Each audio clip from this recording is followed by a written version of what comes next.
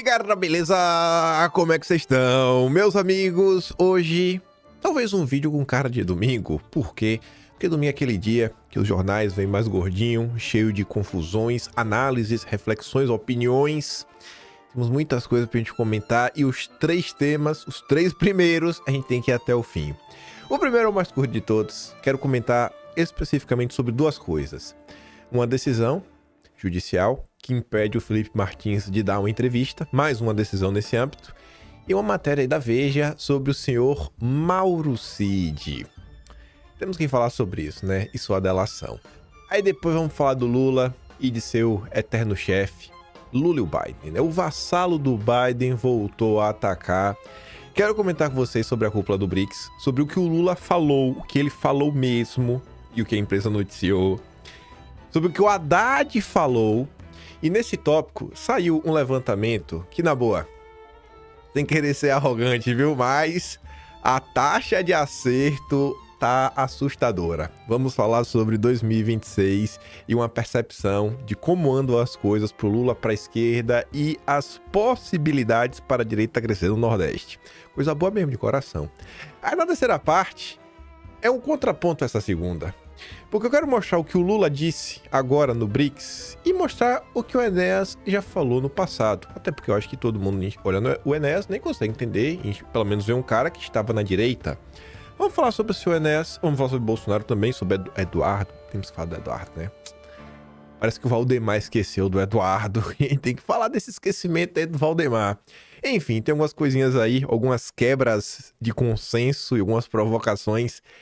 Eu acho que o terceiro tema especial vai seguir por um caminho que ninguém esperaria. Mas vamos lá. Gente, a Veja ontem vem aqui nos informar, né, sobre novidades nessa questão do Cid. E eu fico de cara como o Cid consegue ser cara de pau, falando que essa conta aí não é dele, que ele nunca utilizou. E tá o Brasil todo observando, né, essa história do Gabriela R702. Mas tá ali. O mapa que pode fulminar a versão de Cid sobre as conversas de sua delação. O mapa do setor militar urbano em Brasília, a poucos metros da praça onde o acampamento com apoiadores de Bolsonaro foi montado após a derrota nas eleições de 22, é a mais recente tentativa da defesa de Bolsonaro de desqualificar a delação do Cid. A partir de informações das empresas Meta e Google, que relataram ao Supremo, né, dados do perfil do Instagram, @GabrielaR702, advogados de Bolsonaro encaminharam à corte informações de geolocalização que mostram que a conta utilizada clandestinamente para tratar da delação, revelada em uma sequência de reportagens de Veja, foi criada nas proximidades da própria casa do Cid. Olha que coincidência, né? Então, assim, uma pessoa... Se não for o Cid, uma pessoa criou essa conta e até nisso a pessoa teve a preocupação. Ela fez o quê? Pegou o celular, dirigiu até próximo da casa do Cid para utilizar? Convocada a prestar esclarecimentos à PF, o Cid insistiu que a conta @GabrielaR702 não é dele. Não é minha. Não é minha. Imagina. Diz que nunca falou com ninguém sobre os depoimentos que prestou como colaborador da justiça. Você vê que tem áudio, né? A voz parece demais do Cid. E acusou advogados ligados a Bolsonaro de terem feito investidas contra a mãe, a esposa e uma de suas filhas em busca de informações sobre a delação. Até onde se sabe, porém, as evidências indicam o contrário. A própria Veja falando, cara... O Cid falou, mas todas as evidências mostram o contrário. Parece que o Cid está mentindo. A partir de um site que identifica a localização de endereços de IP, advogados de Bolsonaro informaram ao Supremo que o computador que administra o e-mail usado para a criação do perfil @Gabriela702 estava na região onde mora o Cid. As empresas Meta e Google já haviam revelado que o perfil fora criado com o e-mail pessoal de Cid, existente há mais de 20 anos, que o endereço eletrônico para verificação da conta na rede social é um outro e-mail do Cid e que entre os dados para a eventual recuperação da conta está o celular pessoal do Cid. E, gente, na hora de você associar um e-mail, na hora de você associar um celular, tem um ponto que é importantíssimo. Você cria uma conta na rede social, padrão, Google, Instagram, tudo mais. Quando você cria uma conta, ele fala o seguinte, olha, você coloca lá, né, o arroba que você quer, sua senha, algumas informações, e ele fala, para ativar sua conta, verifique seu e-mail. Então, não basta só você colocar essa informação no site. Você tem que abrir o e-mail para você validar. Aí, você criou a conta, tá basiquinha, aí você vai colocando informações extras para aumentar a segurança, como, por exemplo, um número de celular para que você possa recuperar a sua conta caso você perca. Aí você informa, coloque o número do seu celular. Você escolhe o país, coloca o DDD e o seu telefone. A partir desse momento, esse celular já está vinculado à conta? Não. Para você vincular o celular na conta, o Instagram, Google, Meta, o que quer que seja, te manda um SMS com código normalmente de 6 dígitos, falando, ó, este é o código para validar. E aí você tem que entrar no Instagram e validar. Então, assim, nesse cenário, para a conta do Cid, o celular do Cid está associando essa conta, alguém hackeou o celular do Cid. O cara hackeou o celular do Cid para quando recebeu o SMS, ele foi lá e cadastrou. A mesma coisa, o cara teve que hackear o celular do Cid e o e-mail do Cid. Rapaz, Cid, Cidoso, Sidonho. Tu tá demais, fio. Sério, é assim, é história que... não é um conhecimento que um grande especialista de tecnologia da informação precisa ter para compreender isso daqui que tá acontecendo. Eu acho, Cid, que tu acabou de mentir de novo.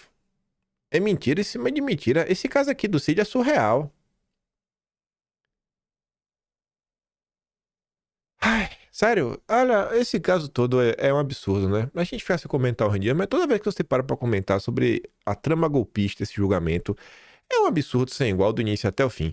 Aí veja. Apesar das evidências, o ministro negou o pedido para que as informações que podem tisnar a delação do Cid fossem anexadas desde já ao processo que trata a trama golpista. Não, vamos esperar. Apesar de tudo isso daqui, o ministro acha que não é o momento. A avaliação é que o tema deve voltar a ser discutido na fase final do julgamento. Em outra frente, 3 áudios de agradecimento de Cid ao advogado Luiz Eduardo Kuntz, seu interlocutor no perfil Gabriela R702, e um chat em que a filha do militar informa ao defensor pormenores de sua rotina e de viagens que faria, deve embaralhar ainda mais o inquérito que apura se familiares do Cid foram cercados por bancas de defesa dos réus da trama golpista em busca de detalhes do acordo de delação que ele fechou com a Polícia Federal. As novas evidências revelam conversas em tom cordial e destoam da acusação do Cid de que o advogado não era próximo dele, de que ele havia se aproximado de forma súbita de sua filha para tentar colher dados da delação, e de que a família era assediada por ele para que revelasse detalhes da colaboração. Tudo indica que o Cid é um grande mentiroso.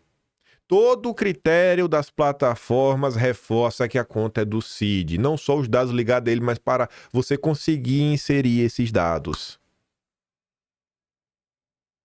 Hackeamento de telefone, inclusive precisa obter o SMS, depois hackeamento de e-mail ao mesmo tempo. Pelo amor de Deus, bicho. Não vamos... Olha, gente, não... tem umas coisas que realmente não dá, viu? É difícil você cravar as coisas, você tem que usar os termos, né? Supostamente, tudo indica, mas, rapaz, esse caso tá demais. Demais. E curioso que só a Veja comentou sobre isso. Não foi notícia na Globo? Na Globo, óbvio que não vai ser notícia na Globo, não sei nem porque eu tô falando isso. Aí tá ali. A Veja colocou, disponibilizou essa imagem, né? O mapa de localização. Aí você vê, ó, nome, e-mail, Mauro Cid, criado em 2005 esse e-mail. Sabe? Aí você vê que a data de nascimento vinculada nesse e-mail, 17 de maio de 79, que é a data do nascimento do Cid. Sabe? Você vê, ó, mudanças. Esse e-mail foi adicionado, ó, nesse dia. Foi verificado. Olha a hora que foi verificado. Sabe? Pelo amor de Deus, pô. Pelo amor de Deus. Eu Cid. Pelo amor de Deus. Ministro proíbe Felipe Martins de dar entrevista ao Poder 360. O ministro diz ter tomado decisão a fim de evitar o risco de tumulto neste momento. Qual tumulto? O Felipe Martins contar todos os absurdos que ocorreram contra ele, que eu acho que só colocam em xeque a decisão do próprio ministro? Atsuki diz, né? Quanto mais silencia o Felipe Martins, mais sua voz será ouvida. Pois é. E o Trielli comenta, o cara já provou a inocência, continua preso e não pode dar entrevista. É muita democracia. É muita democracia. Excesso de democracia.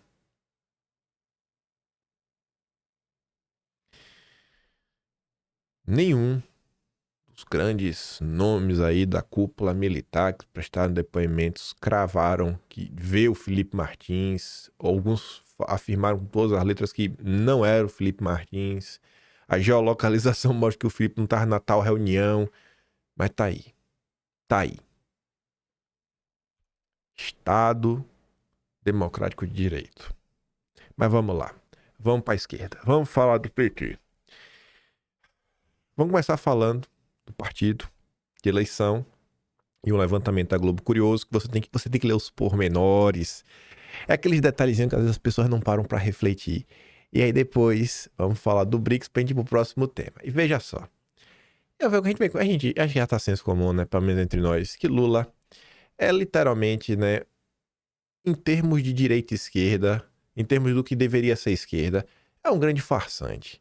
Fica lá bancando o esquerdeiro que faz o que acontece, no final do dia é apenas a marionete dos bancos. Enquanto Lula emplacou aí o seu discurso agora mais à esquerda, ricos contra pobres, vai dar uma guinada à esquerda, isso da boca para fora, da boca para fora. Mas a movimentação real e concreta tá indo para qual direção? Tá indo para a esquerda? Não. Tá em direção aos bancos mais uma vez. PT deve eleger presidente voltado ao centro, enquanto partido guina discurso à esquerda. Não dá para levar o Lula em consideração pelo que ele fala. Lula tem que ser levado em consideração pelo que ele faz. Aí tá ali. Petistas apostam em Edinho Silva como canal para reaproximação com os partidos aliados. Confia. Por outro lado, essa história aí do rico contra pobre, tem muita gente, né, falando de Lula, reclamando tudo mais, obviamente com a devida proporção, mas essa aposta é a tábua de salvação do Lula por hora. Porque nada é um discurso mais à esquerda para tentar fazer sua base aí, dar uma aquecida, né, uma revigorada. E aí eu quero muito ver como é que vai ser a resposta. Isso aqui são dados, e eu acho que esses dados aqui não deveriam ser desprezados. Que diz o quê? Ó?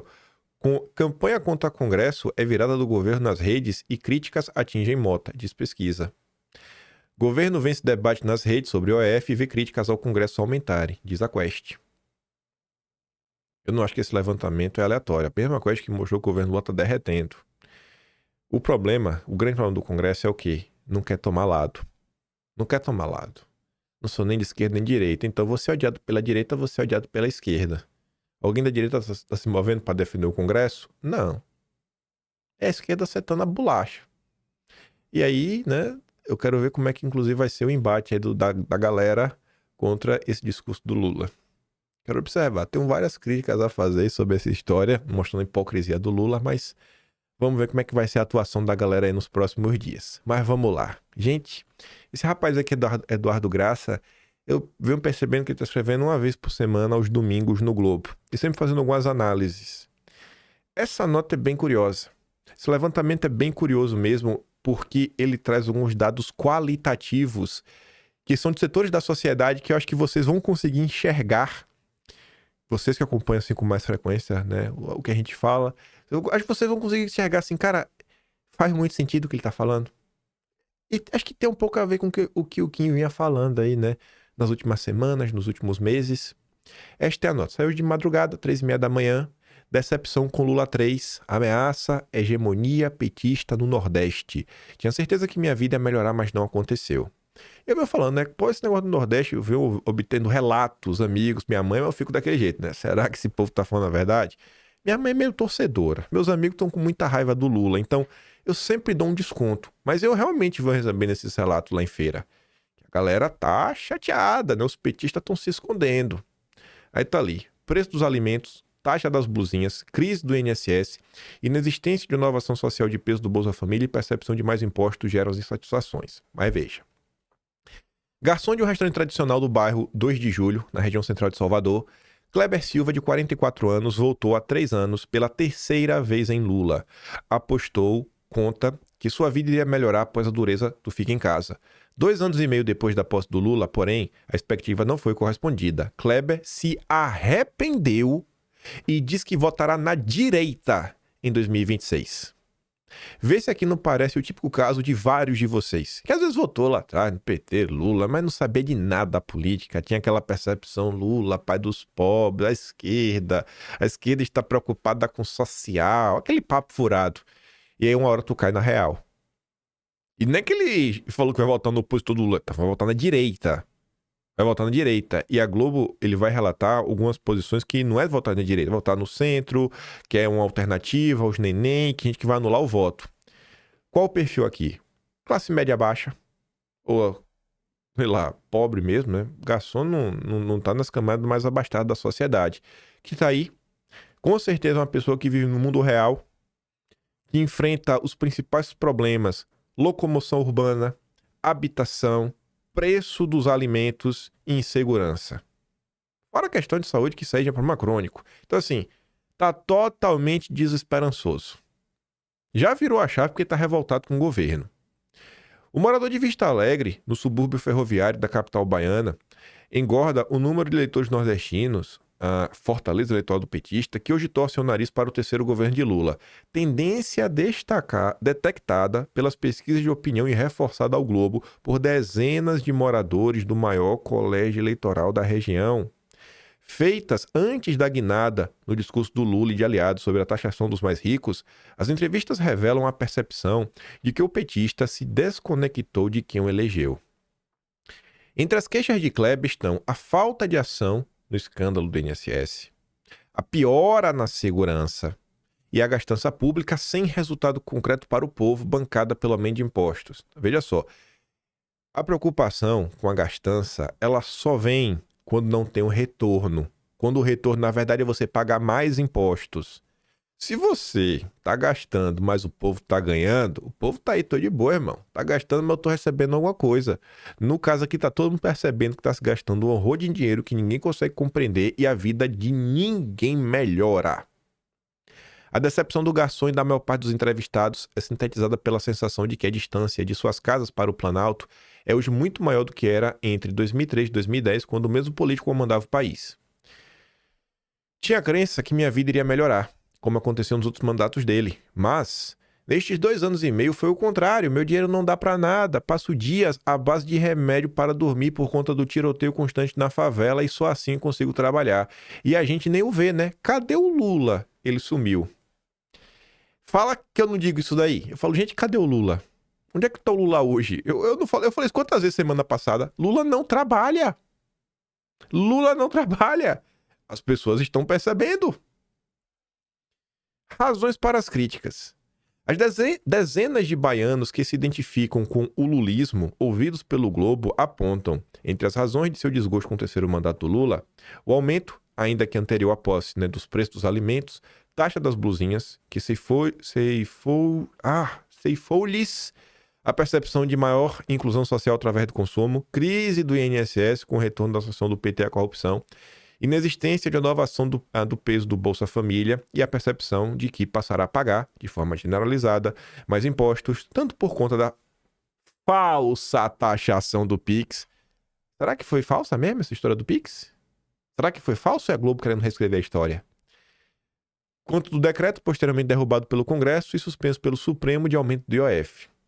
Voltando do fim para o começo. Se você é um candidato da direita, que não é o público desse cara, e você quer ganhar esse eleitor está preocupado com o aumento de impostos. Então você tem que deixar de forma clara, explicar para as pessoas por que o imposto vai abaixar. Não pode ser só uma promessa vazia. Voltando, de trás para frente. Inexistência de nova ação social do peso do Bolsa Família. Por que o pessoal está preocupado com isso no final do dia? Porque o pessoal está olhando para o mercado de trabalho e não está vendo esperança de que vai conseguir trabalhar e vai conseguir ter uma renda suficiente. Então as pessoas estão esperando que o governo vai ajudar a complementar a renda de alguma maneira. Olha só, vamos sair do hipotético, do mundo utópico e olhar para o mundo real. No mundo real, hoje em dia, não tem várias pessoas que estão trabalhando na informalidade só para trabalhar na informalidade e receber o Bolsa Família? Será? Porque isso é o mundo real. No primeiro momento, para você obter, não sei, uma inclusão dessas pessoas, até em termos, sabe, tributários, porque aí o cara vai pagar vai ganhar um pouco a menos, mas vai estar tudo regularizado, tudo bonitinho, vai ter um recolhimento. E tem gente que quer essa certa estabilidade, sabe? Quer um vínculo empregatício. Tem gente que quer isso daqui. Acho que várias pessoas ainda têm essa mentalidade. Pode não ser você, mas vamos pensar no Brasil. Imagine, se você já está pagando Bolsa Família e o cara está recebendo para continuar na informalidade, se você começar a discutir algo que você faça um negócio assim meio que progressivo, que, cara, olha só, se você arrumar um emprego de carteira assinada, que só ganha um salário mínimo, a depender aqui de tua renda familiar, da tua família, etc, tudo mais, vamos ver aqui alguma forma de tu continuar recebendo, não sei se totalmente ou parte aí desse auxílio, para incentivar as pessoas, porque aí no final do dia, querendo ou não, esse dinheiro ajuda, né, a chegar no caixa. E se o governo tem acesso a um pouco mais de caixa, o governo pode, quer dizer, na verdade, né, abrir mão um pouco dos impostos. E você pode, inclusive, fomentar, né, a volta desse tipo de emprego, a volta de pessoas para determinados setores que vem tendo assim, uma certa queda da mão de obra. Mas, enfim, é uma percepção. Eu acho que o grande ponto dessa questão do auxílio é uma desilusão com a possibilidade das pessoas de conseguir uma renda decente através do suor, do trabalho, na carteira assinada e só e somente só. Então, um auxíliozinho daqui, um auxíliozinho do lá, ajuda aqui, ajuda acolá, faz uns informal, faz um delivery, faz isso, vende bolo de pote, complementa a renda. Então, eu acho que você conseguir apresentar para as pessoas uma solução, vender um sonho, né, um futuro melhor, uma esperança, eu acho que isso aqui é um caminho de você falar com essa turma. As pessoas estão muito desesperançosas. Não é só bater no PT, porque tem um eleitor nem, a gente vai chegar lá. Aí, voltando para trás. Crise do INSS com o retorno da ação do PT à corrupção. Isso aqui é só continuar batendo. Isso daqui, graças a Deus, acho que a direita se dá muito bem. É só mostrar, irmão. Olha como foi o governo da direita. Depois, aumento da taxa das blusinhas, né? Preços dos alimentos. No final do dia, o que? Tá tudo caro. Qual a solução para baratear os preços? Eu acho que volto mais uma vez até a parte de baixo, né? Corre de impostos. Mas como isso será apresentado? Você tem que empacotar esse discurso de uma forma que ele seja crível, que pareça a verdade. Então, acho que tem muito caminho para a direita crescer. Nossa senhora. Tem que ampliar um pouquinho o discurso. Não dá para ficar só falando de liberdade de expressão, porque o povão, o cara que tá aí na labuta todo santo dia, às vezes quer ouvir também um pouco de solução para a vida dele. Trocadora de ônibus desempregada e vivendo de bico de boleira, Gisele Improta, de 37 anos, conta que Lula não volta mais, por ele não ter cumprido promessas e ter desaparecido do seu celular. O Lula não trabalha. Ninguém sabe onde o Lula tá. Acreditei que o Bolsa Família iria aumentar, mas o Haddad só fala em corte de gastos e aumento de impostos. Não voto mais no Lula nem a pau. Cadê ele quando a gente precisou nos 3 anos e meio? Há pouco mais de um ano, né? Aí, depois o Globo, para não ficar só nas críticas, o Globo vai atrás de pessoas que estão chateadas, mas ainda vão votar no Lula. E aí você tem que ver alguns detalhes. Qual o perfil dessas pessoas? Então aqui, ó. A gente lidou as pessoas que desistiram do Lula, que votaram nele, desistiram, que esses 2 exemplos, eu acho que são pessoas de baixa renda. O cara que mora na favela, que é garçom, e uma trocadora de ônibus, que agora tá desempregada, tentando obter renda com bolo de pote, né, boleira, eu não acho que são das camadas mais abastadas da sociedade. Então, esse eleitor tá muito satisfeito que é uma solução real pro Brasil. Esse eleitor acho que dá para conquistar. Ele não é de esquerda. Esse eleitor não tem ideologia. Esse eleitor não tem ideologia. É o cara que vota pensando no bolso. Aí sai para outro extrato social. Esse aqui já tem uma ideologia. Há pouco mais de um ano do pleito eleitoral, o eleitor lulista de Salvador, insatisfeito com o governo, não se move de modo uniforme. Muitos se dizem prontos, apesar dos pesares, para repetir o voto do Lula, né? Se ele decidir pela reeleição. Tá chateado, mas vai votar. Um exemplo é o Rafael Cabanhas, 25 anos. Sou lulista, mas não sou cego. Olho para o Planalto, de fato não vejo pertencimento. Nem sei se é justo querer que o Lula, aos 79 anos, tenha presença constante nas redes sociais, compre e use um celular, mas poderia ter alguém lá editando, postando para nos sentirmos parte deste governo e não só na hora do voto. Aí tu vai olhar o Rafael Cabanhas. Sem querer falar nada, né? Quem é ele? Ele é das camadas... Ele talvez seja um cara, né, de baixa renda, mas é um gestor comercial de uma clínica de estética. Um homem na clínica de estética, sem preconceitos, mas você começa a pensar, né, em algumas coisas. Mas tudo bem, né? Frisa que votaram novamente do Lula contra qualquer adversário oriundo do campo bolsonarista. Estética, né? Ficar delicado. Posição bizada por outra leitura do petista. A obstetra. Uma médica. Essa tem a foto na Globo.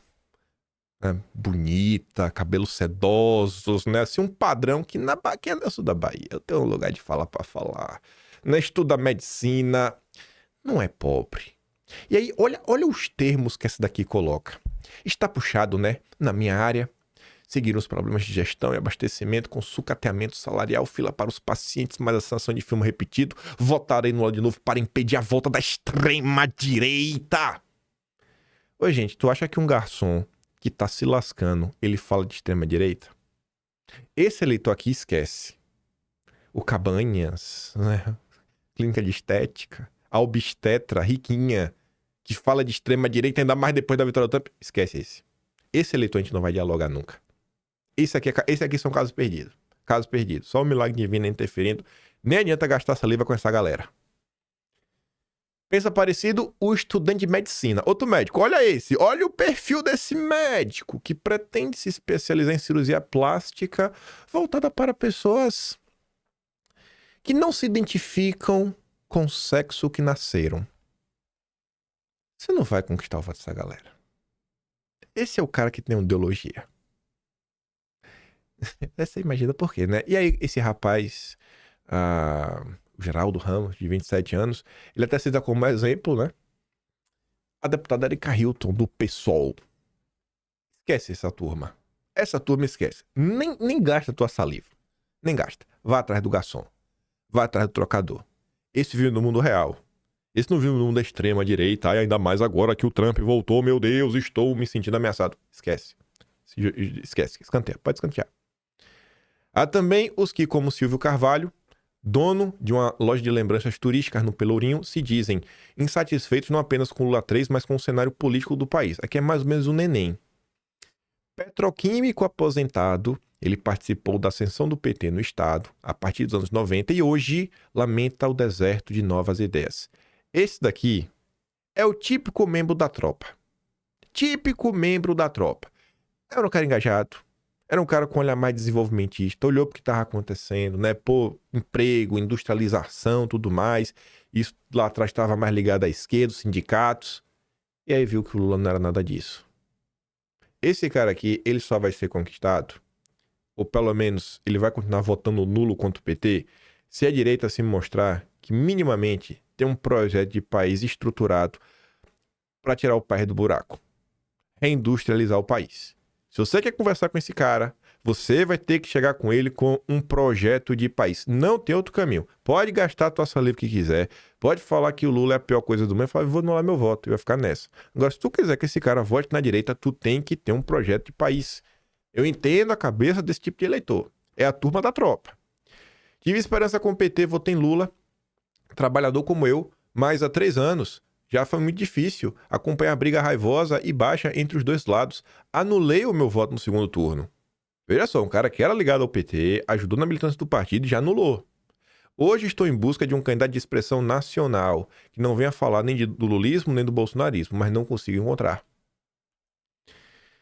Gerente de uma loja de roupas localizada em uma área dominada pelo dinâmico comércio popular do Centro Histórico de Salvador, Maria Aparecida dos Santos, 56 anos, é militante política arraigada, mas do inexistente partido do voto nulo. Ela milita pelo voto nulo. Por quê? Porque ela não vê solução. Vai mais ou menos na linha daquele cara, só um pouco mais radical. Cresci no interior da Bahia e lá atrás vi algum avanço nos primeiros governos de Lula, depois só retrocesso. Bolsonaro não fez nada e mente muito. Isso aqui eu discordo. Mas por que ela tem essa percepção? Grande parte por causa da imprensa e porque a informação não chega. Já o governo atual não me fez voltar a acreditar na política, longe disso, diz a moradora do Ribeira Barro, da cidade de Bahia, da capital baiana. Ao contrário dos lulistas insatisfeitos, dos bolsonaristas à espera de um candidato e dos indecisos, estou desde já comprometida com meu voto. Em novembro do ano que vem, cumprirei meu dever cívico e irei às urnas para anular meu voto. Se não me oferecer a opção, é o que me resta. E aí tem mais um exemplo. Profundamente satisfeito com o governo Lula.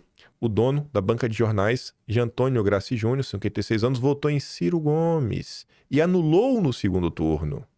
Se for Lula e Bolsonaro no ano que vem, tendo, não confirma, tem a tendência a fazer o mesmo. Não vou votar para o outro perder. Preciso acreditar no candidato.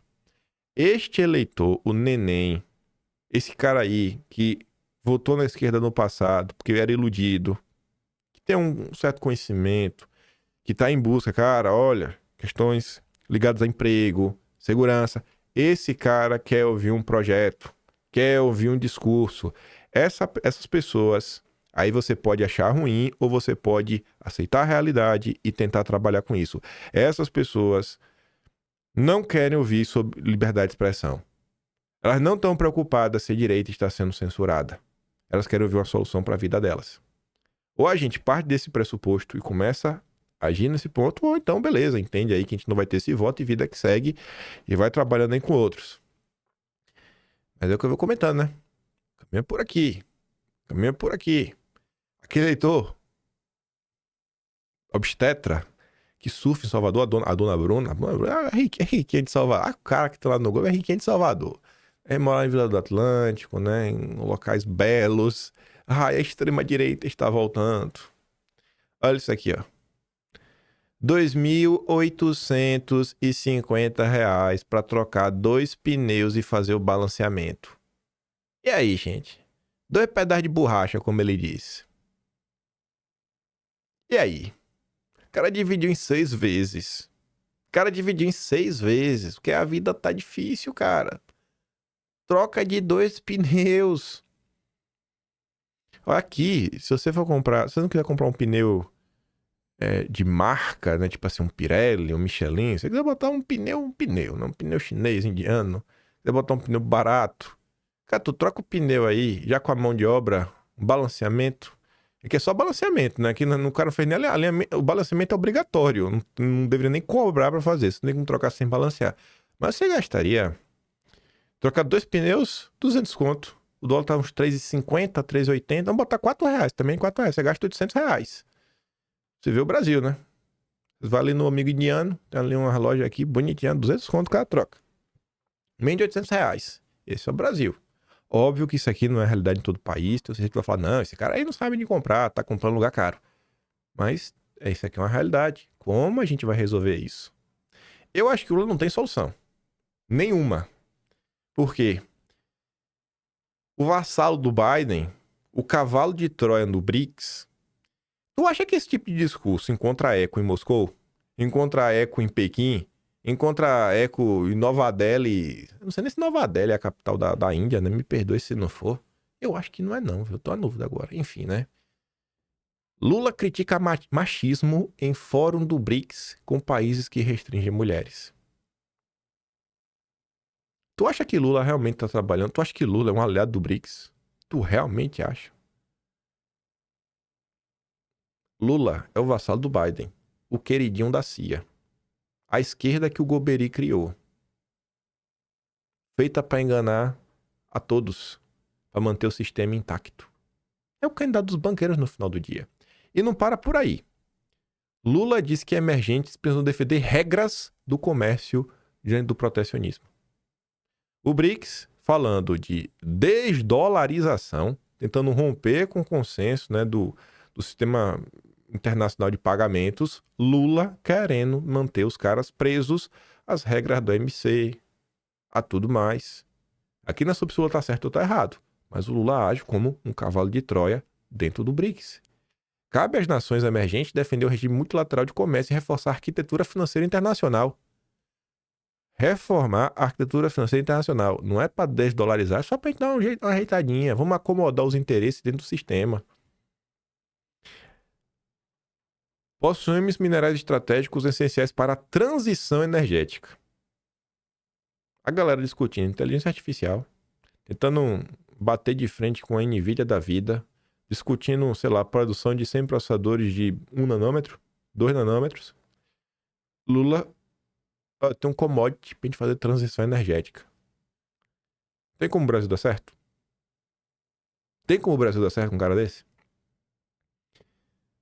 Lula tenta se apresentar nos BRICS como liderança de um país rico em recursos essenciais, nióbio, terras raras, lítio, grafite, cobre, urânio, ao mesmo tempo em que se submete o uso desses recursos às diretrizes de ONGs internacionais, fundações estrangeiras e tratados ambientais que ele próprio ajudou a reforçar.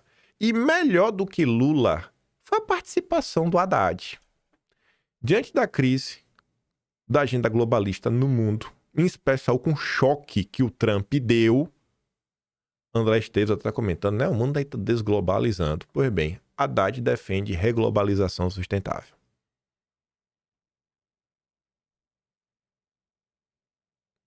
O PT, ele continua amando o Foro de São Paulo, continua amando todos os seus amigos da ditadura latino-americana, mas na bola dividida, o PT é um partido globalista. O PT é um partido do sistema. E o Haddad deixa claro. O Haddad defendeu este sábado a construção de uma reglobalização sustentável durante seu discurso na reunião dos ministros de Finanças. Peraí que tá faltando um pedaço da notícia. Peraí que ficou faltando um pedaço. Peraí. Vou pegar aqui agora. Ficou faltando um parágrafo. Só coloquei um. Minha memória me garante que eu queria dois. Aqui. Pronto. Até já achei outro parágrafo. Só um tiquinho. Só um tiquinho.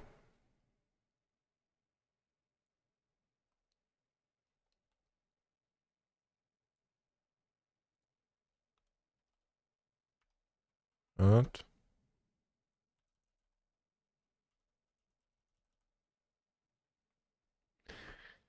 Durante o discurso dele, né? Segundo o Haddad, a nova globalização deve ser baseada no desenvolvimento social, econômico, ambiental da humanidade como um todo. Defender... Gente, o que é defender uma nova globalização com base na questão ambiental? Literalmente, vamos continuar avançando com a agenda globalista baseada na agenda SG.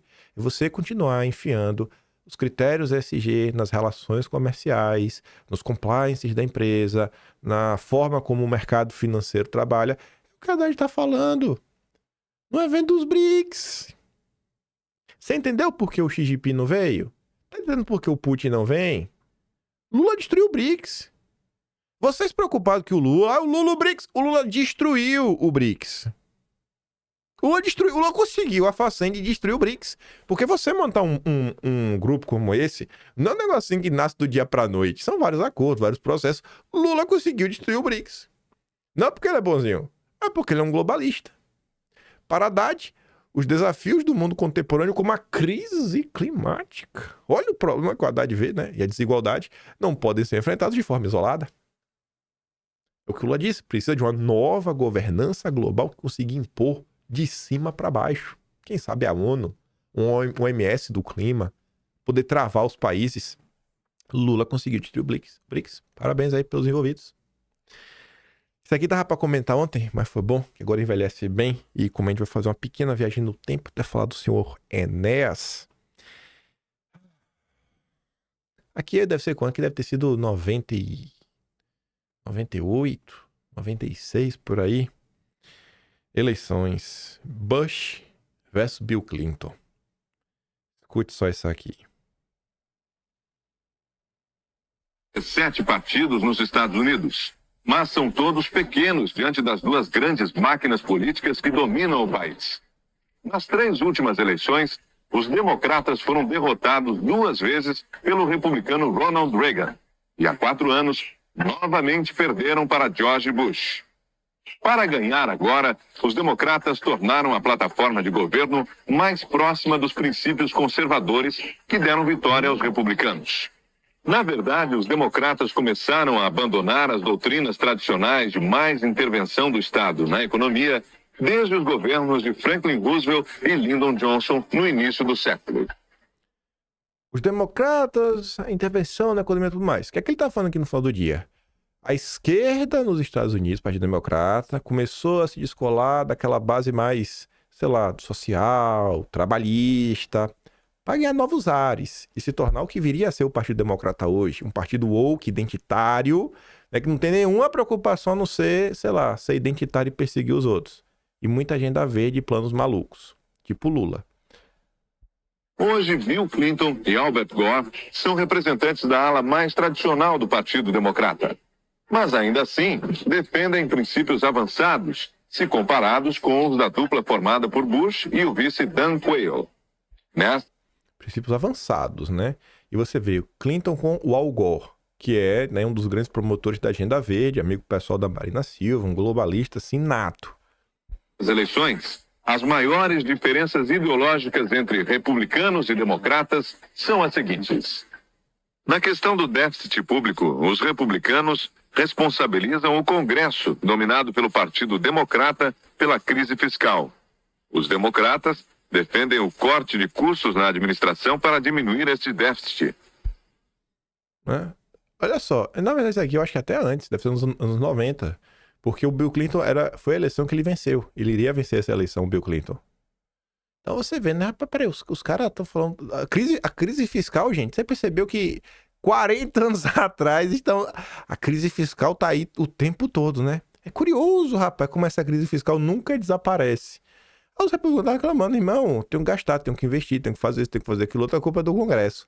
Mas os democratas, Lula, não, vou fazer corte de gastos, é o discurso do Lula, né? Corte de gastos, vou sair cortando tudo. Curioso, é o discurso do Partido Democrata lá atrás, né? Depois que ele deu essa guinada, foi abandonando as raízes da esquerda. Em relação à ecologia, os republicanos acreditam que os projetos de proteção ambiental não podem prejudicar o crescimento das indústrias. Já os democratas acham que o programa em defesa do meio ambiente deve ser prioritário. Nunca foi, gente, algo assim escondido. Os republicanos, na direita, Agenda Verde não pode sabotar a indústria. Já os democratas, não. A Agenda Verde é prioritária. Eles não escondem, não. Eles falam abertamente. Mas onde é que você estava nesse momento? Isso aqui passou na Globo. Onde você estava? O que passava na sua cabeça nessa época? Mudamos, hein? Eu acho que para melhor. Em relação a questões de comportamento, como o aborto, as diferenças também são grandes. Os republicanos são contra o aborto. Os democratas defendem o direito de escolha da mulher. Mas nas questões gerais, republicanos e democratas fazem as mesmas promessas. Dois partidos garantem que vão reduzir impostos, abrir novas frentes de emprego e tornar mais eficiente o sistema de saúde. No fundo, a busca desesperada pelos votos tornou democratas e republicanos muito parecidos. O que vale agora é não ser muito liberal, nem conservador demais, para conquistar o homem médio americano.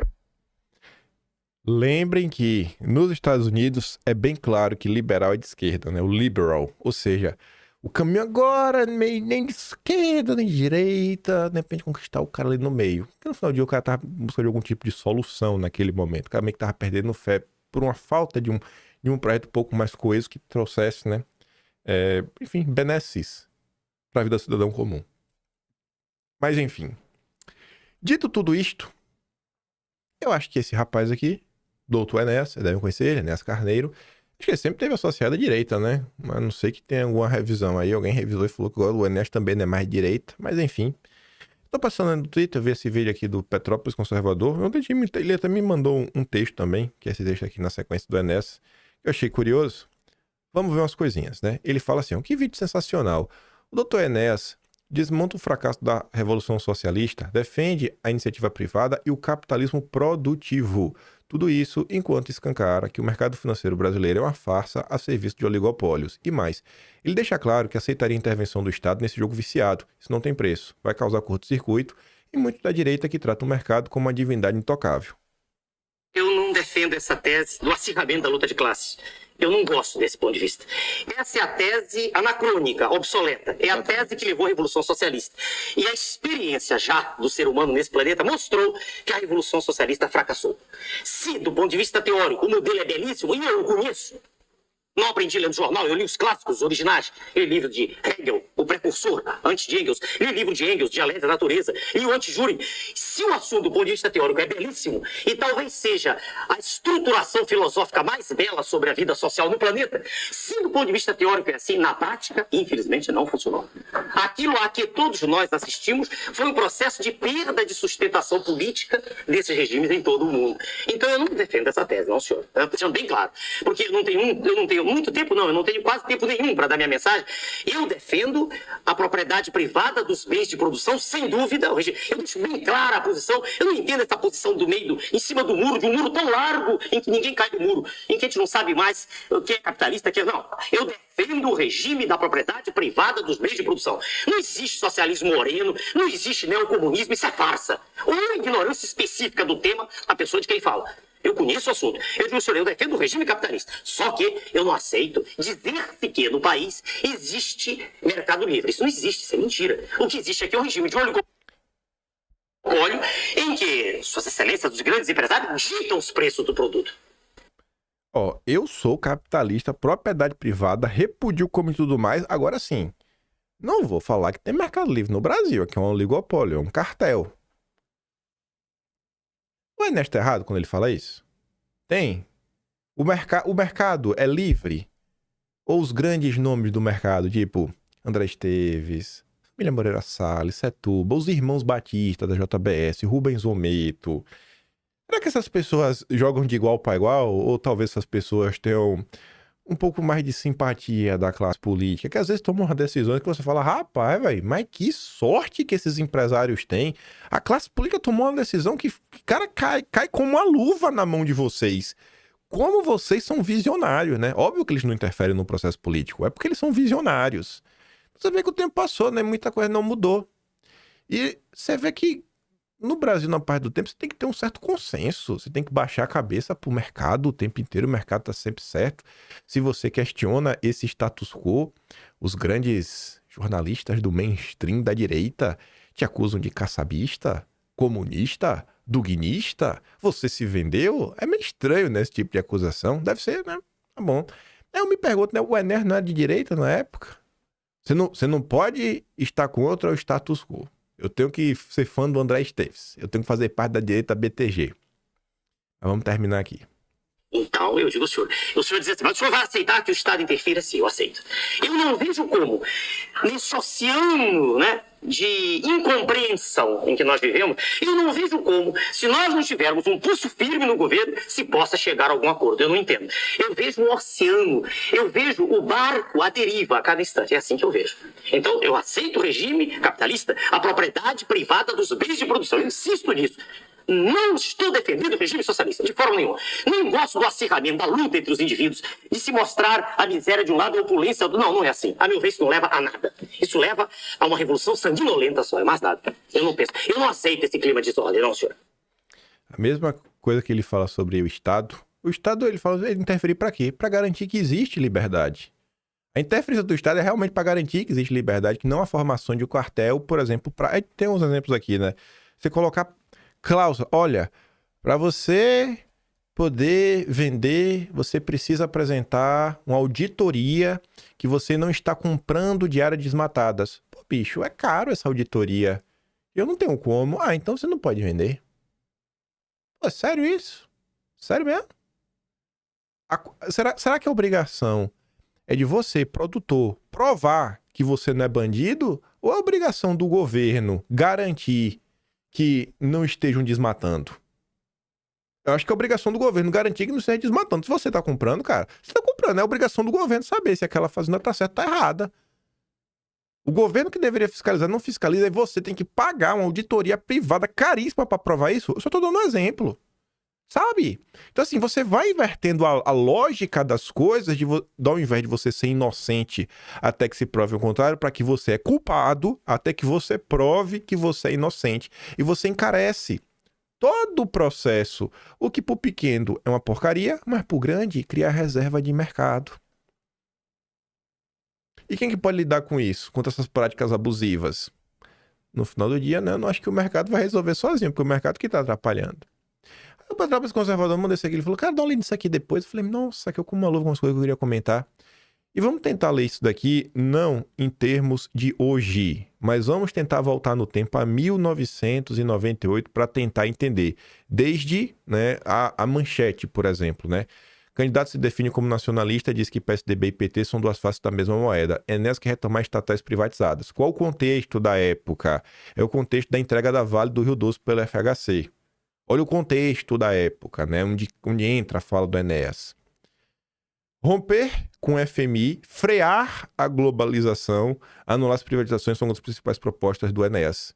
Em entrevista que cita ideias do LaRouche, líder da extrema-direita dos Estados Unidos, Enéas critica PSDB e PT, segundo ele, duas faces da mesma moeda por supostamente se submeterem à atual ordem mundial. Enéas está contra esse sistema financeiro internacional porque ele quer uma soberania nacional. O que é que o Lula está pregando no BRICS? Que você reforce esse sistema financeiro internacional que aprisiona as nações. Você não pode criticar o mercado? Ele é incriticável? Eu tô com o Enéas nesse ponto. O que o senhor critica no processo brasileiro? Ele fala, ó, a abertura indiscriminada da economia aos produtos industrializados lá fora, isso destrói o parque industrial brasileiro. Destruiu. Na mesma ordem de ideias, a abertura indiscriminada ao ingresso de produtos agrícolas, o que é um dos maiores fatores para a destruição do pequeno e médio agricultor. Olha a preocupação dessa. O pequeno e o médio. A economia real, o mercado interno. Terceiro, a valorização artificial do real, mantida no sentido de conseguir que a inflação esteja sempre em níveis baixos. E essa valorização era a troco do quê? As taxas de juros mantidas em um nível que chega a ser de quando em quando o maior do planeta. Mudou uma coisa? A Selic continua batendo recorde, segunda maior no mundo hoje. Uma carga tributária gigantesca que leva a maior parte daqueles que produzem a trabalhar com níveis de sonegação que são conhecidos. Estamos aqui até o momento atual, né? Devo deduzir então que o senhor faria exatamente o oposto do que está aí. Por exemplo, eu digo isso com clareza, só uma saída, ruptura com o sistema financeiro internacional. O oposto do que o Lula prega. Quando eu digo sistema financeiro, eu estou falando de um conjunto. Fundo Monetário Internacional, FMI, Banco Mundial, OMC. Os Estados Unidos não faz parte do OMC. O Trump está contra o OMC. Eu não acredito que haja outro caminho. E para colorir o que estou dizendo para o senhor, há uma entrevista interessante do LaRouche falando da necessidade de caminhar para o novo acordo de Bretton Woods, que é quando descolou a questão da necessidade de ter lastro em ouro da moeda. O senhor reveria as privatizações? Aí veja o contexto da época. Sem dúvida. Por exemplo, há um trabalho extraordinário sério do senador Amir Lando, na época das privatizações, muito antes da Vale ter sido doada. Eles dizem vendida, mas foi doada. Esse trabalho mostrou que houve, sem dúvida, questões que, no mínimo, podem ser tratadas como inconstitucionalidades por ocasião da venda das estatais. Então, estava a preocupação dele o quê? A forma como tudo foi feito naquela época. Hoje, isso daqui eu acho que seria algo que não tem nem espaço para você discutir. Nada assim nos dias atuais, assim. Eu só coloquei porque fazia parte da notícia e para explicar a manchete. Por que o senhor exclui PSDB e PT do seu campo de alianças e diz que representam posições diametralmente opostas à sua? Porque são duas estruturas políticas mais atreladas a tudo aquilo que me queixei. Vamos tomar um documento chamado Diálogo Interamericano, fundado em 82. É fundador o FHC. Do Diálogo Interamericano emergem muitas considerações postas em práticas a posteriori. Mais à frente, por exemplo, o Consenso de Washington tem delineadas as vigas mestras do que hoje se chama de globalização, que é o Consenso de Washington, basicamente regras que foram impostas a países para desindustrializá-los. Se você tiver que memorizar de forma, memorize dessa forma. Tenha certeza que vai fazer sentido. O PT tem seu maior Lula em 92 assinar o Diálogo Interamericano. Então, o ponto de vista das questões maiores, PSDB e PT estão juntos. São duas faces da mesma moeda. Em 98, o Enéas tinha essa percepção. O que você achava de política em 98? O senhor daria um freio à globalização no Brasil? O processo como está aí? Do jeito que está? Sim. Como o senhor se defende politicamente? Cara, eu sou nacionalista, um homem preocupado com a minha nação. A nação está caminhando para um abismo. Então, assim, o que é que está acontecendo hoje? A Haddad querendo reglobalizar, porque o globalismo está ruindo. Você vê que as coisas não mudam. A posição antissistema basicamente está no mesmo ponto. Antes de mostrar umas coisinhas, eu quero fazer aquele disclaimer para acalmar corações, né? Sobre interferência internacional. Você vai entender porque eu quero fazer um disclaimer, eu quero mostrar só um vídeo, mas para mostrar esse vídeo, só da notícia, né? A partir de 1º de julho, a USAID deixará oficialmente de implementar a ajuda externa. Os programas de ajuda externa que se alinham com as políticas do governo que promove os interesses americanos serão administrados pelo Departamento de Estado. Acabou o USAID, mas não acho que os Estados Unidos vai ficar de braço cruzado, né? O Trump vai criar o USAID da direita, irmão. É o que ele tá falando. Não vai ter mais ajuda externa pela USAID. A estrutura tá toda podre. A gente vai criar uma nova estrutura dentro do Departamento de Estado. Quem vai tocar o Marco Rubio? Eu só quero que não interfiram no Brasil. Mas os caras estão com o poder na mão. E aí falou agora a gente vai criar nova era. Agora a gente vai criar nova era. Tá certo? Tá errado? Os caras vão criar nova era. Não pela esquerda, né? Os caras realmente têm um pé de poder. Não tem vergonha. Ai, não. Né? Tipo o sanguessuga lá que suga o trabalho do Ágape. Ai, essa direita antiliberal, né? Parte do pressuposto, né? Que eles querem governar como pro PT nunca mais voltar. Sim, eu quero governar pro PT nunca mais voltar. Eu não quero alternância de poder, não. Eu quero a direita o tempo todo. Ah, é bom pra oxigenar. Não é bom porcaria nenhuma. Eu não acredito nisso, não. Não quero PT nunca mais. Aí, pra falar essa questão da USAID, vou mostrar aqui um vídeo, um recorde do Paulo Figueiredo. Ele fala sobre questões de discussões e discordâncias. E graças a Deus, agradeçam o fato de que o Trump está revertendo, inclusive, as políticas que financiaram essas loucuras. O maior agente por trás disso era a USAID. E hoje, nós trazemos a boa notícia porque, ao longo dos últimos meses, nós expusemos o esquema da USAID, a agência de fomento americana. Eu trouxe aqui no programa, aliás, eu acho que o único outro cara que falava desse troço no Brasil, além de mim, era o Kim Paim. Um abraço pra ele. As pessoas acham que eu sou tratado com o Kim Paim só porque a gente discorda de vez em quando, como se as pessoas não pudessem discordar. Qualquer coisa você discorda de alguém, tava agora discordando do Nicolas. Qualquer coisa você discorda de alguém, meu Deus, é uma treta, é o fim do mundo, as pessoas se odeiam. Aí daqui a pouco a pessoa vai me ver dando um abraço no Nicolas. Até porque do Nicolas eu gosto do amigo e do só não falo as coisas pra ele porque ele não me responde mais. Mas pro Kim Paim, converso normalmente. E ele é um dos que expôs também a questão da USAID. E nós trouxemos aqui no programa vários casos concretos que deixam claro como o dinheiro do pagador de imposto americano era utilizado para financiar, dentre outras coisas, a agenda woke, essa agenda ao redor do mundo. E agora, irmão, vai avançar com a nossa. Vai avançar, posso fazer nada, chora ali, vai lá reclamar com o Trump. Isso é mesmo, é fazer política mesmo. É ter um projeto mesmo de mudança grande. E vai passar o trator. Dá-lhe Trump, brabo. Aí sobre essas discordâncias, olha só, né? Falando do laranja, aí você vai entender a discordância. Você olha para os Estados Unidos. Os Estados Unidos, você pensa em várias coisas, e eu acho que esse daqui é o que tá na cabeça de vários, até pela questão do cinema, né? É difícil ter uma opinião diferente desta. Os Estados Unidos, né? O orçamento militar deles ultrapassa $1 trilhão pela primeira vez. E orçamento, né, isso daí tudo, move toda uma indústria. A gente estava até comentando sobre isso no vídeo ontem. Então, o mercado interno deles é muito movimentado, porque basicamente tudo isso é feito nos Estados Unidos. Você movimenta a economia interna, e eu acho que o Trump entende e valoriza muito a questão da soberania e da segurança, né, do seu país, de suas fronteiras. Fora que os Estados Unidos também atua muitas vezes como quer ser o xerife do mundo. Então, assim, lá, valorização das Forças Armadas, né? Isso, ninguém nem questiona o enfraquecimento das Forças Armadas. Independente de esquerda e direita, é política de Estado. Aí tu vem pro Brasil. E aí você vai entender porque eu coloquei o vídeo do Paulo Figueiredo falando, cara, discordar é normal, velho. Para de dar chilique. Olha o Visconde Sabugosa. Enquanto Trump trabalha para fortalecer o setor militar norte-americano, o que é que defende o Visconde Sabugosa? Que há 40 anos, gastando os tubos do dinheiro do contribuinte brasileiro, com essa história de submarino nuclear, satélite brasileiro, e nunca chega ao destino. É um enterramento de dinheiro sem fim, com essa obsessão de conteúdo nacional, uma mentalidade da época do Geisel. Não tem o menor sentido isso.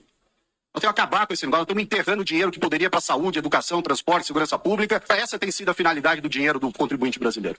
As operações de abate de aeronave, de tráfico de drogas, de combate ao tráfico de drogas nos rios da Amazônia, de fronteira com Bolívia, com Colômbia, com tudo isso. Zero de efetividade, zero. Quando você vê a quantidade de operações que foi divulgada, 698 operações, eu pergunto, Nós fomos... Quantos aviões nós abatemos?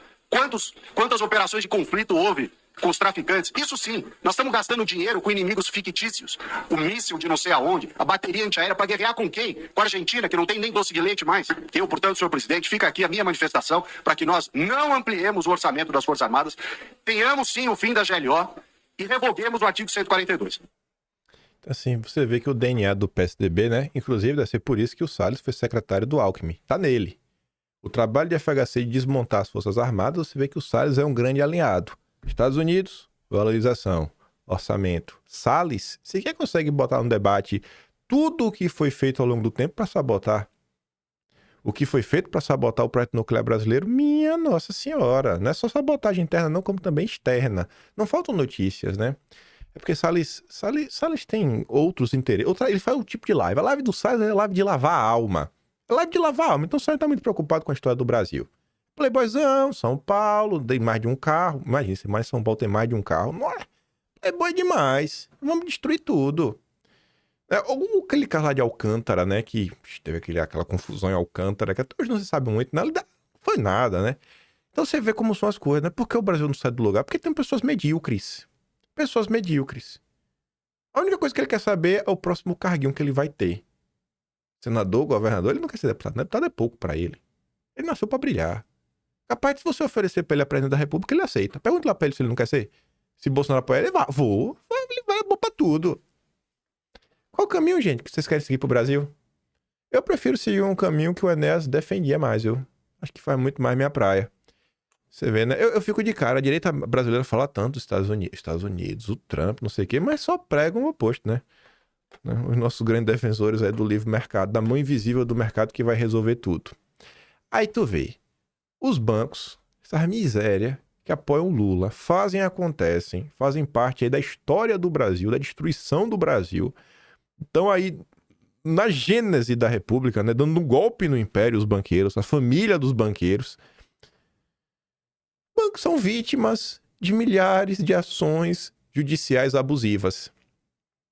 Febraban, né, tá chorando. Aí o Renato comenta, né, mas os bancos estão tirando na pele o reflexo de uma população cronicamente endividada e agora tentam se reposicionar como vítimas de um suposto colapso judicial. A matéria sugere algo mais profundo, que o sistema financeiro estaria sendo asfixiado por uma avalanche de ações judiciais abusivas, entre aspas. O risco é que essa narrativa sirva de base para mudanças legislativas ou jurisprudenciais que na prática dificultam o acesso da população à justiça. É um movimento sutil, mas recorrente. Inverte-se o papel entre quem cobra juro de 400% e quem ousa contestar. No fim, o incômodo não parece o excesso de cobrança, mas o fato de estar sendo cobrado de volta.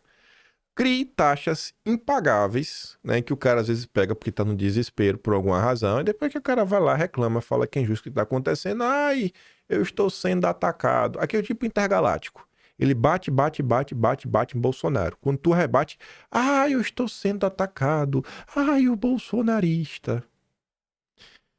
Após Campos Neto, outro ex-banco central também vai para o Nubank. Que coisa, né? Parece que o Banco Central tá virando, sei lá, escola, né? O cara aprende para depois trabalhar no mercado. Ai, depois do caso escandaloso do presidente da CVM, cujo irmão é sócio do BTG, agora tem mais uma aberração. Ex-diretor do Banco Central passa diretamente a aconselhar uma das empresas mais impactadas pelas regras que ele próprio ajudou a formular. E tudo isso sem qualquer intervalo razoável. Afinal, 6 meses não representam absolutamente nada em termos de distanciamento institucional. Movimentos como esse deveriam, no mínimo, abalar a confiança no sistema regulatório. Sistema regulatório... Vou falar até do Banco Central, depois vou naquilo ali, ó. Nos últimos dias, o Banco Central, que está preocupado com a Agenda Verde, Agenda 2030, a mesma porcaria no final do dia, Agenda SDG, que é a mesma porcaria no final do dia, reglobalização, estão preocupados com o Drex. O Drex, meu, tem que avançar com o Drex. Ataque hacker, CM, prejuízo pode ser ainda maior. Tá, e o que é que isso aqui tem a ver com o Banco Central, né? Enfim, não sei se eu estou sabendo, teve um ataque hacker, né? Uma empresa, sistema de pagamentos, né? Enfim, você pode aí ter um prejuízo bilionário acontecendo no Brasil. Pois bem, pegaram aí o cara que vendeu a senha, a Polícia Federal já está investigando, e aí o que é que a polícia já descobriu? A Polícia Civil de São Paulo identificou novas fintechs que receberam valores desviados do maior roubo ao sistema bancário digital do Brasil. Beleza. A lista está entre 10 a 15 instituições. O número não é exato, porque, segundo investigadores, o processo de rastreio ainda não foi concluído. Os investigadores ainda averiguam se as mais de 10 fintechs usadas no roubo são de fachada. A Sof Soluções, uma das primeiras identificadas em reportagem do Bastou, é controlada por laranjas. Então, assim, o roubo eu entendo, porque às vezes é falta de segurança, né? Mas peraí, tu descobre no roubo que existem fintechs que são operadas por laranjas. Como é que o Banco Central deixa uma fintech como essa estar trabalhando? Como é que o Banco Central deixa uma fintech como essa estar operando, funcionando? Será que as prioridades do Banco Central realmente são as prioridades que vão fazer esse país sair do buraco? Que coisa, né, rapaz? Você descobre uma coisa no meio de outra confusão. Aí você volta para esse mercado, lindo mercado regulado. Empresas rejeitam mudanças no novo mercado da B3. As empresas, nem as empresas querem mais. A B3 é basicamente um monopólio. Se você quiser listar sua empresa na bolsa, ter acesso aí, né, dinheiro privado, para não ficar tendo que recorrer a bancos, para se autofinanciar. Aí o Renato comenta, né, a derrota para a B3. A tentativa de incluir critérios identitários obrigatórios na política de indicação das companhias foi rejeitado por 144 das 152 empresas do novo mercado. Estava tudo lá. Anexo SG, né, que é o SG abrasileirado, o A eles botaram de ambiental, o E de environment. Pratique ou explique, vigilância moral disfarçada de governança. Enquanto isso, o mercado de capitais brasileiro segue menor do que o do Irã. Alguém me deu uma explicativa por que a bolsa de valores do Irã vale mais do que a brasileira. Essa é a preocupação da B3? Critérios identitários para você poder nomear pessoas para o conselho de sua empresa. É o conselho, é o núcleo pensante. Você não pode colocar que a empresa tem que botar um identitário obrigatoriamente, só porque ele é identitário, só porque ele é de minoria. Aí, para você entender, para não sair só da minha boca, né? Alan dos Santos. Liga no que o Alan disse. O pessoal precisa entender isso. Se me permite, lá com o Max, é importante explicar para as pessoas por que milionários e bilionários são. Muitos deles são de esquerda. Não todos, óbvio. Mas por que muitos deles são de esquerda? Por quê? O Olavo explicou isso com maestria. E muita gente fala assim: ah, não, mas não faz sentido o rico ser de esquerda. O Olavo falou: faz todo sentido. Porque o que acontece? Pirâmide. Né? O cara tá no topo da pirâmide. Se ele financiar discurso de esquerda, ninguém que tá na base da pirâmide vai conseguir chegar no topo. Porque assim funciona a esquerda. É o controle do crescimento do indivíduo, onde só quem tá lá na elite financiando a máquina burocrática, financiando, inclusive por meio de crime, né, corrupção, etc. Você financia os políticos para que você continue no topo. Que é o que eles nos acusam de fazer, que é o que eles acusam o Bolsonaro de fazer. É como se nós estivéssemos conversando com o Bolsonaro para poder ter uma TV financiada pelo Bolsonaro. Aí como eles sabem que não tem dinheiro envolvido, que eu consegui provar isso na CPMI das fake news, eu provei duas coisas na CPMI das fake news. Que eu nunca recebi dinheiro público e que no Congresso não tem ninguém com QI acima de 80. As duas coisas que eu consegui provar na CPMI das fake news. Só tinha chimpanzé lá. Mas era chimpa mesmo. O negócio era assim, bizarríssimo. Quem assistiu já se divertiu bastante na CPMI das fake news. Só tem chimpanzé naquele troço. É um negócio assim, olha, se botar literalmente, é literal que eu tô falando aqui, tá? Não linguagem não. Se colocar um bando de macacos batendo em algum martelinho, algum negócio assim pra votar, vai votar melhor do que os deputados que estão no Congresso Nacional. Ó, deixa eu ver o nome dele aqui que eu fiz a foto do comentário. Era Mave o nome. Eu vou até... Caramba, cadê? Achou aí? Aqui, Jorge Donato. Mave. As milícias digitais do PT. Obrigado, Donato. Eu vou lá, tava tentando lembrar. Eu fui POV é outra coisa. Mave.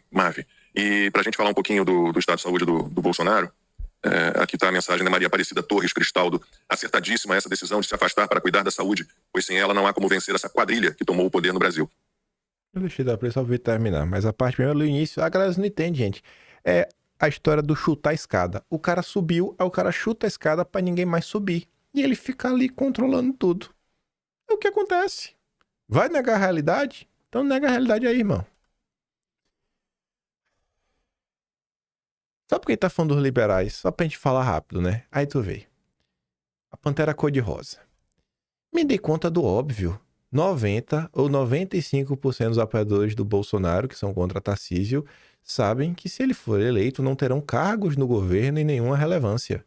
Tarcísio hoje tem números combinados melhores que qualquer candidato, inclusive o próprio Bolsonaro. Ele tem quase o mesmo porcentagem de Bolsonaro à frente do Lula, eventual, blá blá blá, BBB, PPP, tem apoio do MDB, do PSD, não fica comprando brigas desnecessárias, tem chance de levar no primeiro turno.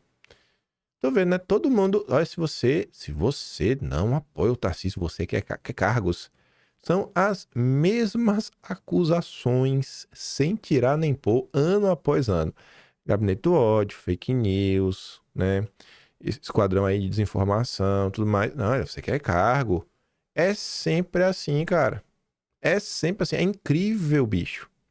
Aí o inimigo diz, né? Pantera Cor-de-Rosa foi sincero. Tarcísio, se eleito, não governará com bolsonaristas. Vai se aliar ao sistema, MDB e PSD, e seguir a agenda deles. Foi bem claro que, para Faria Lima, né, deseja o apoio dos bolsonaristas se afastando do bolsonarismo. Você concorda com isso? E o Renato rebate o Ferri falando: há um tipo de argumento que sempre aparece quando certas figuras passam a ser questionadas, o que tenta reduzir toda a crítica a interesse pessoal. Quando faltam dados, coerência ou visão de país, o debate é rebaixado ao mais rasteiro. Você vê que no vídeo o Alan fala, eu consegui provar na CPMI que eu nunca recebi dinheiro do governo. E para todo mundo, os liberais só pensam em dinheiro. Vende a mãe por dinheiro. Enfim, quando faltam dados, coerência ou visão de país, o debate é rebaixado ao mais rasteiro, como se tudo se resumisse a cargo, vaidade ou busca por espaço. Para esse tipo de gente, toda discordância é vira dor de cotovelo. Não consegue conceber que alguém possa agir por convicção, por senso de responsabilidade com o país, por incompatibilidade real, com alinhamento a certos interesses econômicos e a diretrizes internas, ou a modelos importados que, por mais modernos que pareçam, acabam esvaziando a autonomia nacional. É uma visão de mundo estreita, autorreferente e profundamente colonizada. Na lógica deles, se o nome agrada os grandes grupos, se aparece bem em rankings e em pesquisa, então toda crítica perde legitimidade. Quem discorda só pode estar incomodado por não estar no jogo. Esquecem que os mesmos números já embalaram outros nomes que também pareciam inquestionáveis até deixarem de ser úteis ao sistema. A regra que usam é sempre a mesma: desempenho econômico, adesão a agendas técnicas, aplauso do mercado. Mas o mercado, por definição, não tem lealdade nenhuma ao país. Por isso, quando alguém surge falando de soberania, reconstrução nacional, compromisso com o Brasil profundo, né, fora da bolha, a reação imediata é de desconfiança. Ai, deve estar querendo um carguinho. Talvez seja justamente o contrário. Talvez estejam diante de vozes que não jogam para agradar ninguém.